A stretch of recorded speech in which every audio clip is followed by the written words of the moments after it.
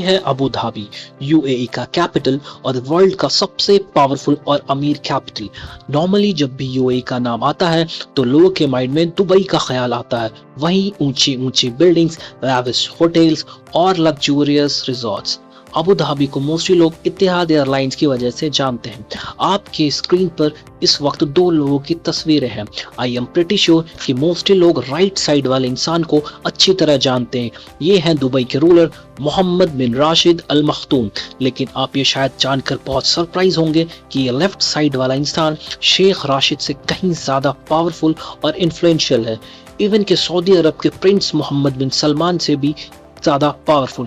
इतना पावरफुल कि 2019 में न्यूयॉर्क टाइम्स में पब्लिश होने वाली एक रिपोर्ट के अकॉर्डिंग इस इंसान को पूरे अरबिक वर्ल्ड का most powerful political leader declare किया गया था।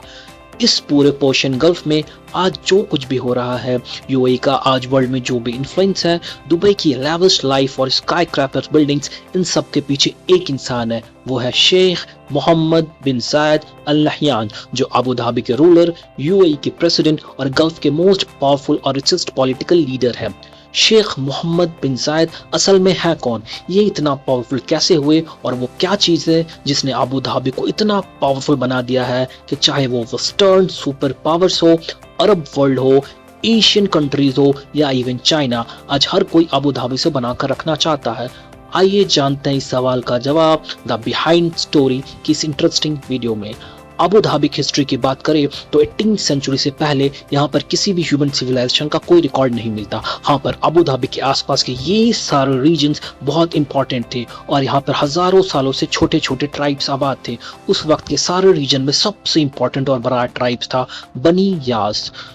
बनी यास के अंदर 20 छोटे छोटे और ट्राइब थे जिन्हें डिफरेंट फैमिलीज रूल करती थी। इनमें से सबसे स्ट्रॉन्ग ट्राइब था अल फलासी ट्राइब्स। ये वही ट्राइब्स हैं जिनसे अल नहयान और अल मखतूम फैमिलीज बिलोंग करती है। 1761 में अल फलासी ट्राइब्स के कुछ लोग फ्रेश वाटर की तलाश में इधर आए और फिर इधर पर्शियन गल्फ की कोस्ट लाइन पर सेटल हो गए। इसी एरिया को आज अबू धाबी के नाम से जानते हैं। उस वक्त अबू धाबी की सारी इकोनॉमी पर्ल डाइविंग, मतलब समुद्र से पर्ल ढूंढ कर लाना और फिशिंग पे डिपेंडेंट थी। ये लोग समंदर में डाइव लगाते और मोती ढूंढ कर लाते और फिर यहाँ से ये मोती ईरान और इंडिया के मार्केट्स में एक्सपोर्ट किए जाते। मुंबई उस वक्त दुनिया का सबसे बड़ा पर्ल मार्केट था, जहाँ पर ये सारे मोती पॉलिश करके यूरोप और टर्की में भेजे जाते थे। बस इसी से इन लोगों की जिंदगी चल रही थी और सिचुएशन ओवरऑल काफी खराब था।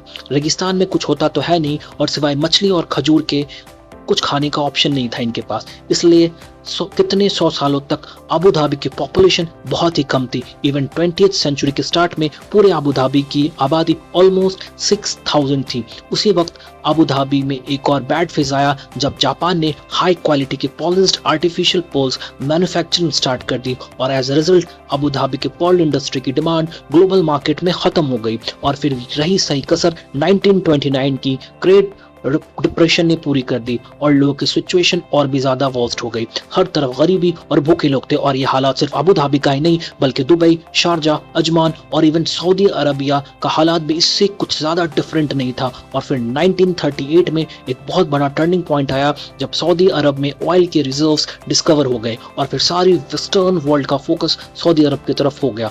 उस वक्त अबू धाबी के रूलर शक्बुत बिन सुल्तान अल नहयान थे। सऊदी अरब में ऑयल की डिस्कवरी को देखते हुए उन्होंने वेस्टर्न कंपनीज को फुल अथॉरिटी दे दी कि वो अबू धाबी में भी ऑयल के रिजर्व्स की खोज करें। बट अगले ही साल वर्ल्ड वॉर 2 शुरू हो गया और ये एक्सप्लोरेशन का काम यहीं रुक गया। वर्ल्ड वॉर 2 खत्म होने के बाद दुनिया तेजी से इंडस्ट्रियलाइजेशन की तरफ बढ़ना शुरू हुई और इसलिए तेल की डिमांड बहुत ज्यादा बढ़ गई। इसलिए वेस्टर्न कंपनीज ने एक बार फिर अबू धाबी में तेल की खोज का काम तेज कर दिया और फाइनली 1958 में अबू धाबी में ऑयल का रिजर्व्स डिस्कवर हो गए। लेकिन इस डिस्कवरी के बाद भी अबू धाबी के हालात नहीं बदले क्योंकि शेख शक्बुत तेल से मिलने वाले पैसों को लेकर कुछ ज्यादा ही केयरफुल थे।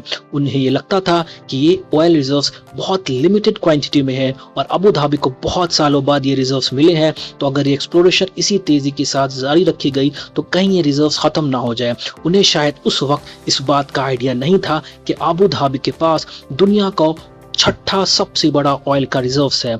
शेख शक्बुत ने ब्रिटिश कंपनी को और ज्यादा ऑयल एक्सप्लोर करने से रोक दिया और as a result Al Nahyan families की बाकी मेंबर्स में आपस में बहुत ज़्यादा डिस्प्यूट बढ़ने लगा। एक तरफ तो Saudi Arab billions of dollar का ऑयल अब एक्सपोर्ट कर रहा था और इधर इतना बड़ा रिजर्व होने के बाद भी अबू धाबी की सिचुएशन सिर्फ इतने ही बदले थे कुछ रोड्स और फुटपाथ पक्के बन गए थे। लेकिन फिर 1966 में शेख ज़ायद बिन सुल्तान ने एक मिलिट्री कूप की हेल्प से अपने भाई को रिप्लेस कर दिया और अबू धाबी के रूलर बन गए। और यही गल्फ का टर्निंग पॉइंट था। यही वो शख्स है जिसने गल्फ को आज इस पोजीशन पर पहुंचाया है और इसलिए इन्हें वालिद अल उम्मा मतलब फादर्स ऑफ नेशंस भी कहा जाता है। शेख ज़ायद अपने भाई से टोटली डिफरेंट थे। वो इस ऑयल की डिस्कवरी को लेकर बहुत ऑप्टिमिस्टिक थे। उन्हें लगता था ये डिस्कवरी इस पूरे गल्फ रीजन की तकदीर बदल सकती है। शेख ज़ायद एक बहुत ब्रॉड विजन के मालिक थे। उन्हें इस चीज़ का अच्छी तरह अंदाज़ा था कि अगर इस सारे रीजन को आगे बढ़ना है तो इन सारे सिटीज़ को यूनाइटेड होकर रखना पड़ेगा। ऐसा नहीं हो सकता कि अबू धाबी ऑयल के पैसे एंजॉय करे और इसके पड़ोसी गरीबी और भूखे रहे, क्योंकि अबू धाबी जितना तेल इस पूरे रीजन में किसी और के पास नहीं था। और ये वही टाइम था जब ब्रिटिश अंपायर ने भी डिसाइड कर लिया कि अब वो फर्दर इन सारे कंट्रीज को रूल नहीं कर सकती। और फिर दिसंबर 1971 में ब्रिटिशर्स इस रीजन से फाइनली चले गए और शेख ज़ायद की लीडरशिप में 6 स्टेट्स के मिलने से एक नया कंट्री एस्टेब्लिश हुआ जिसे आज हम यूएई के नाम से जानते हैं। अबू धाबी, इन 6 स्टेट्स में Abu Dhabi, Dubai, Sharjah, Ajman, Umm al Quwain और फुजैरा शामिल थे। एक साल बाद ही 1972 में अल खैमा भी यूएई का पार्ट बन गया। अबू धाबी इस न्यू कंट्री का कैपिटल बन गया और शेख ज़ायद बिन सुल्तान अल नहयान यूएई के पहले प्रेसिडेंट बन गए। शेख ज़ायद ने सबसे पहले बेसिक नेसेसिटीज पे पैसे खर्चने शुरू किए। रोड नेटवर्क की कंस्ट्रक्शन शुरू की गई जो अबू धाबी को आसपास के सिटीज से कनेक्ट करने वाले थे। इलेक्ट्रिसिटी जनरेट करने वाले प्रोजेक्ट्स लॉन्च किए गए। अबू धाबी के नॉर्थ में कोस्ट लाइन के साथ समुद्री तूफान से बचने के लिए एक दीवार बनाई गई। इसके बाद शेख ज़ायद ने अपने सारा फोकस इंफ्रास्ट्रक्चर को डेवलप करने में कर दिया। Schools, hospitals, government buildings, police, army, जो भी बेसिक डिपार्टमेंट्स होते हैं किसी भी कंट्री को रन करने के लिए, उन सबको state of the art equipment और ट्रेनिंग्स दी गई। अब क्योंकि दुबई के पास ऑयल का बहुत बड़ा रिजर्व नहीं था तो शेख ज़ायद ने दुबई के रूलर अल मक्तूम बिन राशिद को यह सजेस्ट किया कि वो दुबई के इंफ्रास्ट्रक्चर डेवलप करे और 2 चीज़ों से दुबई की तकदीर बदले। पहला दुबई का सी पोर्ट और दूसरा टूरिज्म। अबू धाबी ने इंफ्रास्ट्रक्चर डेवलप करने के लिए दुबई को काफ़ी फंडिंग्स दी और फिर टाइम के साथ दुबई अपने इंफ्रास्ट्रक्चर की वजह से फेमस हो गया। और यही वो टाइम था जब एक और पर्सनालिटी भी सारे ट्रांसमिशन को बहुत ध्यान से देख रहे थे। ये है मोहम्मद बिन ज़ायद अल नहयान, शेख ज़ायद बिन सुल्तान के तीसरे बेटे जो आगे चल के यूएई के प्रेसिडेंट बने। मोहम्मद बिन ज़ायद उस वक्त 10 साल के थे मगर वो बहुत ध्यान से अपने फादर और उनकी पॉलिसीज को ऑब्जर्व कर रहे थे। वो देख रहे थे कि कैसे ऑयल से पैसे आने के बावजूद शेख ज़ायद बहुत केयरफुल प्लानिंग के साथ चल रहे हैं। फॉर एग्जांपल ऑयल डिस्कवरी कुछ टाइम के बाद उन्होंने एक फाइनेंशियल इन्वेस्टमेंट बोर्ड जिसका काम था वो ऑयल से आने वाले एक्स्ट्रा कैपिटल को डिफरेंट सेक्टर्स में इन्वेस्ट करना। इसके पीछे विजन ये था कि फ्यूचर में अगर ऑयल कम भी हो जाए तो अबू धाबी के पास इतना different sources of income streams हो कि अबू धाबी को कोई प्रॉब्लम नहीं हो। आज के डेट में अबू धाबी का इन्वेस्टमेंट फंड में $1.3 ट्रिलियन का इन्वेस्टमेंट है। इसमें से $900 बिलियन सिर्फ अबू धाबी के सिटीजन्स के लिए है। मतलब अगर हम $900 बिलियन को 3 लाख से डिवाइड करें तो अबू धाबी के हर लोकल के हिस्से में $3 मिलियन आते हैं। इस हिसाब से अबू धाबी के लोकल्स दुनिया के अमीर तरीन लोग हैं और ये अमीरी इसलिए है कि शेख ज़ायद की गाइडेंस में इस फंड ने ऑयल से आने वाली एक्स्ट्रा इनकम को रियल एस्टेट से लेकर equity funds, hotels, Airways, factories और इवन बैंक्स में भी इन्वेस्ट किया। और इसलिए जब भी कोई इकोनॉमिक क्राइसिस आता है तो अबू धाबी को कोई खास फर्क नहीं पड़ता। और इसका बेस्ट एग्जांपल है कि 2019 में जब फाइनेंशियल रिसेशन आया और दुबई की इकोनॉमी कोलैप्स कर गई तो अबू धाबी ने $10 बिलियन का लोन देकर दुबई को बेल आउट किया और इसी के बदले में दुबई की फेमस ऊंची बिल्डिंग का नाम बुर्ज दुबई से चेंज करके अबू धाबी के रूलर के नाम पर बुर्ज खलीफा किया गया। आज भी दुबई का डेप्ट ऑलमोस्ट $90 बिलियन है जिसमें से $20 बिलियन तो सिर्फ अबू धाबी से लिया हुआ लोन है जो दुबई ने अभी तक वापस नहीं किया है। तो यह थी अबू धाबी की इकोनॉमिक स्ट्रेंथ। अभी 2 और चीजें हैं जिनकी वजह से अबू धाबी पूरे पर्शियन गल्फ पर कंट्रोल रखता है। मोहम्मद बिन जायद की जिंदगी का एक बड़ा पोर्शन मिलिट्री में गुजरा है। सिर्फ 20 साल की उम्र में उन्होंने इमराती एयरफोर्स ज्वाइन किया और फिर 1991 में जब सद्दाम हुसैन ने कुवैत पर अटैक किया तो इराक के खिलाफ सारी मिलिट्री ऑपरेशंस को उन्होंने ही लीड किया। शायद इसी आर्मी बैकग्राउंड की वजह से मोहम्मद बिन जायद को यह पैशन हुआ कि वो इमराती आर्मी को अरब वर्ल्ड की सबसे पावरफुल आर्मी बनाए।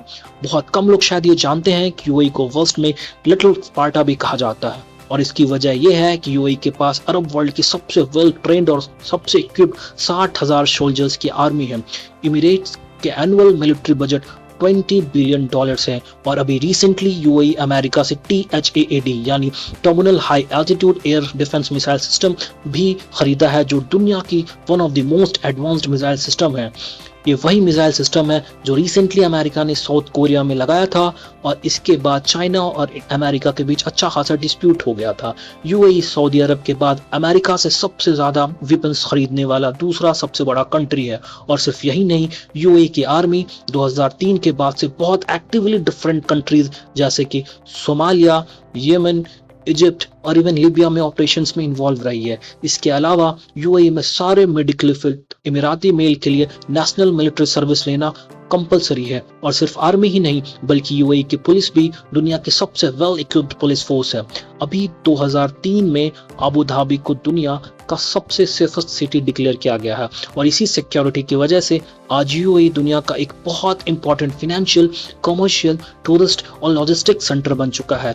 और इसका सारा क्रेडिट अबू धाबी के लीडरशिप को जाता है, जिन्होंने जबरदस्त प्लानिंग के थ्रू ऐसा लॉ एंड ऑर्डर मेंटेन किया है कि आज हर बड़ी कंपनी का हेडक्वार्टर आपको दुबई या अबू धाबी में मिलेगा।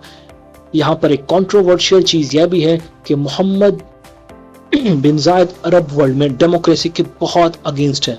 उनके अकॉर्डिंग अरब कंट्री डेमोक्रेसी के लिए रेडी ही नहीं है। अगर डेमोक्रेसी को चांस दिया गया तो कोई एक्सट्रीमिस्ट ग्रुप इलेक्शन जीतकर यूएई की सारी प्रोग्रेस तबाह कर देगा। और यही वजह है कि मोहम्मद बिन जायद एक स्ट्रॉन्ग मिलिट्री के जरिए सबको कंट्रोल में रखना चाहते हैं। इसी स्ट्रॉन्ग मिलिट्री और इकोनॉमी की वजह से आज अबू धाबी यूएई और इवन गल्फ की जियोपॉलिटिकल स्ट्रैटेजी कंट्रोल कर रहा है। और इन्हीं दो चीजों की वजह से मोहम्मद बिन जायद आज डिफरेंट कंट्रीज के साथ जबरदस्त डिप्लोमेटिक रिलेशनशिप बिल्ड कर रहे हैं। इंडिया, इंडोनेशिया, चाइना, रशिया, हर कंट्रीज की टॉप लीडरशिप मोहम्मद बिन जायद की लीडरशिप में यूएई के साथ डील साइन कर रहे हैं, क्योंकि इतना पैसा और पावर के साथ वो पर्शियन गल्फ में सारी बड़ी सुपर पावर के लिए एक हॉट फेवरेट लीडर है। तपते हुए रेगिस्तान में गरीबी और भूख के गहरे बादलों में जिस तरह दुबई और अबू धाबी को खड़ा किया गया है वो अपने आप में एक मिसाल है। पैशन, कमिटमेंट और अपने लोगों से वफादारी वो चीज़ है जो रेगिस्तान को भी गुलिस्तान बना देती है।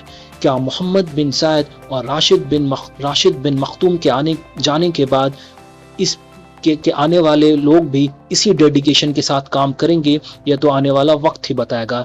ये है वो सारे सोर्सेज जहां से हमने इस वीडियो के लिए कंसल्ट किया है। अगर आपको ये वीडियो अच्छी लगी है तो लाइक और चैनल को सब्सक्राइब जरूर कर दे। मिलते हैं नेक्स्ट वीडियो में एक और इंटरेस्टिंग टॉपिक के साथ। जब तक के लिए अपना ख्याल रखें और याद रखें तुम खास हो।